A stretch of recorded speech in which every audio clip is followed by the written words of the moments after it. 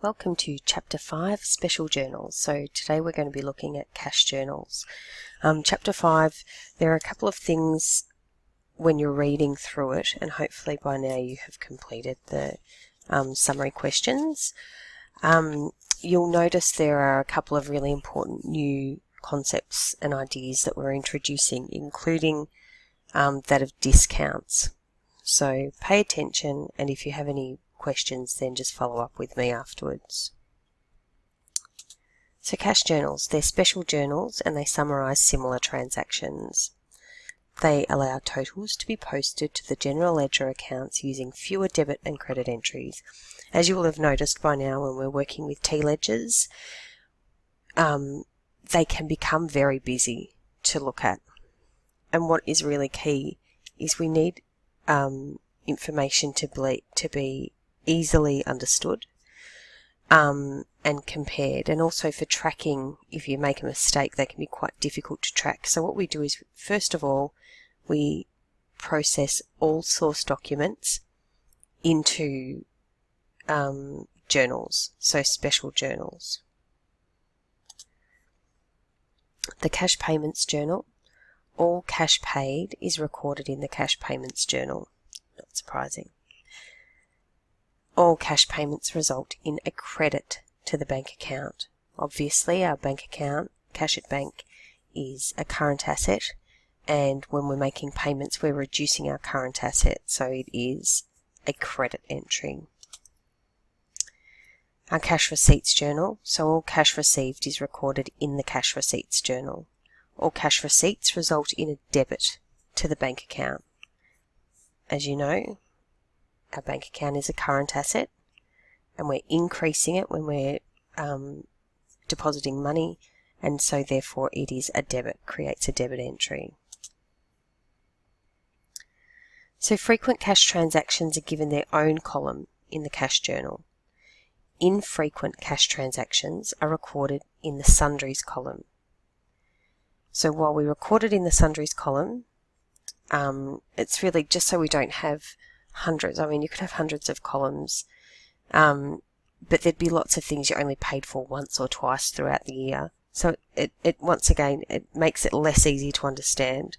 So we condense it down, we have a sundries column, and just all the bits and pieces going there. However, we record that for ease of use for our source documents. At the end of the period, they still have their own T-ledger or ledger account. So just be aware that we put it in sundries, but there is no sundries ledger account, because obviously then what goes in it, we don't really know. It can be, it makes it quite unreliable. We need to know exactly where our money's going. So yeah, just be mindful of that, the sundries column. Now what I'll do is I'll go into here. Here's an example. So our cash receipts journal with the discount expense column. You'll see, oh, that's a bad example because there's no sundries. Here we go. Sundries. What was the sundries? The insurance. So while this is listed here, there is still a T-ledger account, which will be called insurance. Where have they put it? Oh, there it is. Our insurance account.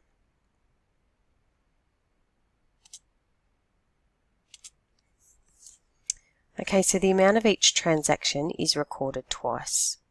In the bank column to record the cash paid, and in a classification column to record what the cash was paid for. I'll show you the example. So this is our cash payments journal. You'll notice that we have our $550 here, which consists of $500 of stock and GST of $50. So these columns need to calculate to equal bank.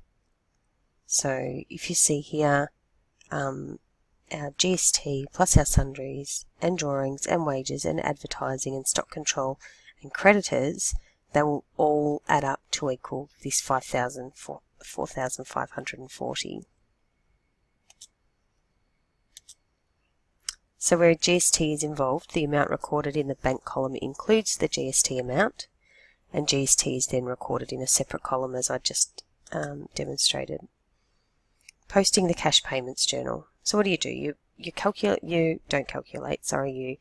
enter all your source documents into these special journals, and so obviously cash payments go in the cash payments journal. So journals are posted to the general ledger at the end of the month using just the column totals. So going back to here, advertising 560, so you just go run along the bottom here. GST clearing account, there we go, 236. There's all these individual transactions, but all we post at GST clearing account is the cross-reference cash at bank and the $236.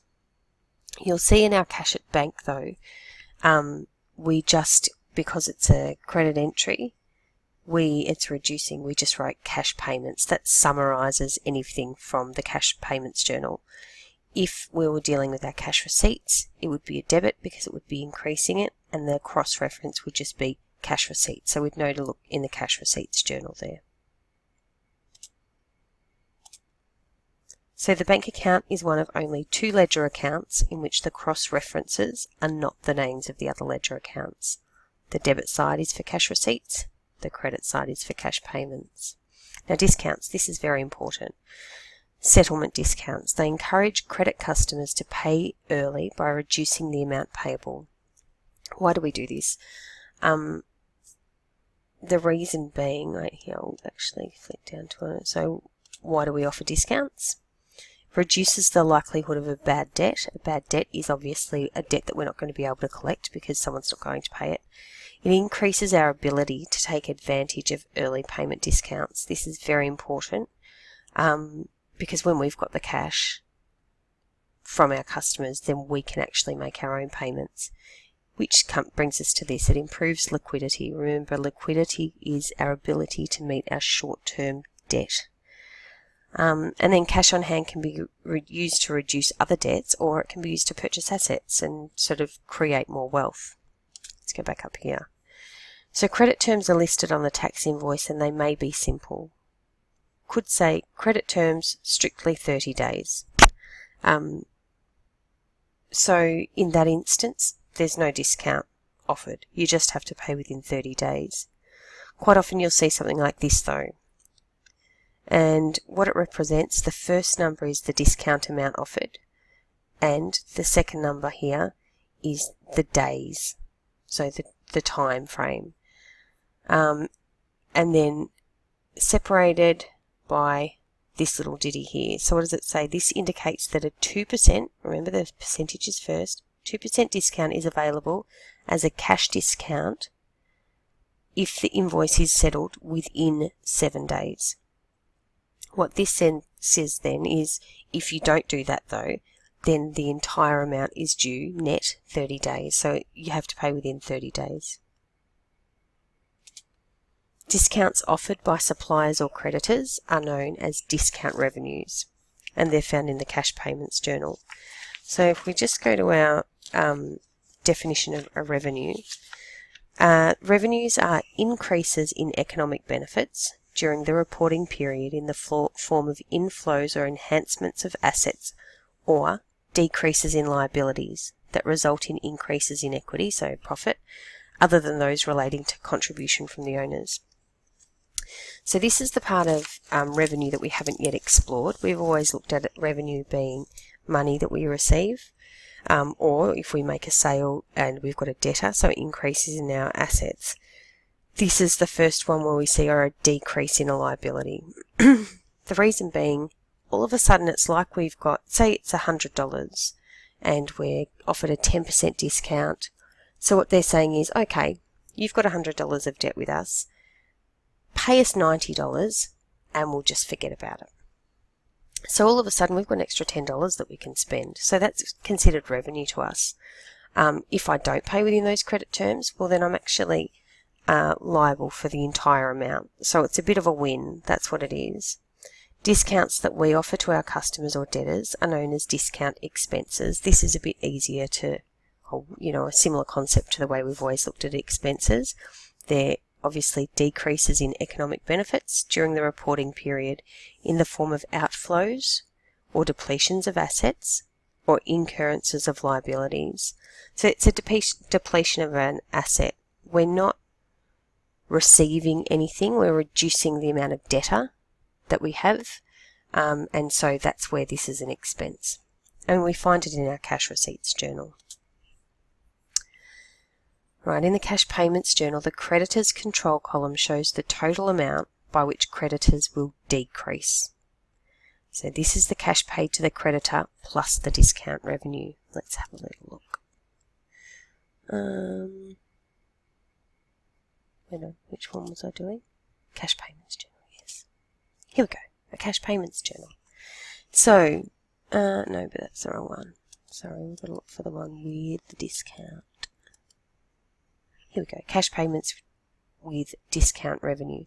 So you know how I said our bank account, our bank column, must equal the total of all the individual columns. Now this is where a discount revenue is a bit different, because in here you will see the bank's correct. We've only received $380, but we're reducing our creditors by $400, paid, this is payment, so we've paid $380, which consists of reducing our debt by the full amount, the $400, and then calculating this discount revenue as $20.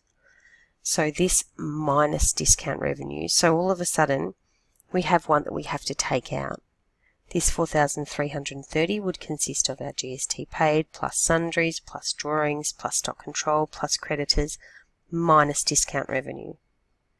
Okay, so please make sure that you're very clear about that concept. Remember, you need to just ask me questions if you want me to go back over these things. Our debtors control, so in the cash receipts journal, the debtors control column shows the total amount by which debtors will decrease. This is the cash received from the debtor plus the discount expense. Okay, so we need to just really look at that. Make sure you're very, very aware of what you're doing with that discount. Are we receiving it? Are we giving it away? Alright, and I'll show you an example of that one. That was, I think, in here. Yep, here we go. So the debtor's amount is what we've received from the bank plus the discount expense, okay? So, so they balance, if we're working backwards, we take it off, obviously, from the debtors. So cash receipts, we've received GST, we've received this in sales. Our cost of sales we don't add in. That's just the point at which we recognise the expense of the stock that we've had to sell to make the money. So we don't add cost of sales when we're calculating our bank, because that's a non-cash transaction at this point. Whenever we bought the stock, we've either got a creditor to match that amount, or we've reduced our cash position. So this is a non-cash transaction. It's just because we're doing accrual accounting, it is recognising that expense when it appears. Okay, well, I've sold it now, and so that's the point at which we recognise it. Then we have our debtors, less our discount expense will equal our bank. So here's two things that you really need to be very aware of: cost of sales and discount expense. Have a lovely day. Please make sure you complete all the summary questions, and you will be working independently on the even numbered questions, and we will work on the odd numbered questions during class. Thank you.